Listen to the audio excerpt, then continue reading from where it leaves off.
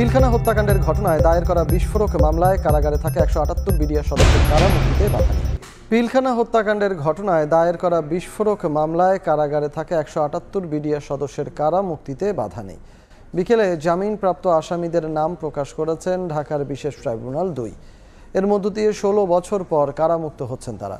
বিষয়টি নিশ্চিত করে আদালতের চিফ প্রসিকিউটর মোহাম্মদ বোরহানউদ্দিন বলেন, গত রোববার হত্যা মামলায় নিম্ন আদালত ও উচ্চ আদালত থেকে খালাসপ্রাপ্তদের বিস্ফোরক আইনের মামলায় জামিনের আদেশ দেন বিচারক। যাচাই বাছাই শেষে 178 জনের জামিন পাওয়ার তালিকা চূড়ান্ত করা হয়েছে।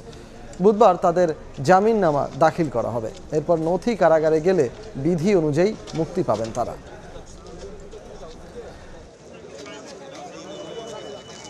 যারা খালাসপ্রাপ্ত এই দুইটা ক্যাটাগরি যেটা বললাম যে হাইকোর্টে তাদের যাবজ্জীবন করা হয়েছে এরকম, এবং বিস্ফোরক দ্রব্য মামলায় সুস্পষ্টভাবে যাদেরকে আইডেন্টিফাই করা হয়েছে এই গ্রুপ ছাড়া অন্যদেরকে জামিন মঞ্জুর করা হবে, এটা তিনি ঘোষণা দিয়েছে। 178 জনের জামিননামা কিছু ইতিমধ্যে আদালতে পৌঁছেছে এবং আমি যতটুকু অবহিত এটা আগামীকালের ভিতরে এখানে পৌঁছবে এবং মাননীয় আদালতের তরফ থেকে এই জামিননামাগুলো জেল গেটে পাঠিয়ে দেওয়া হবে।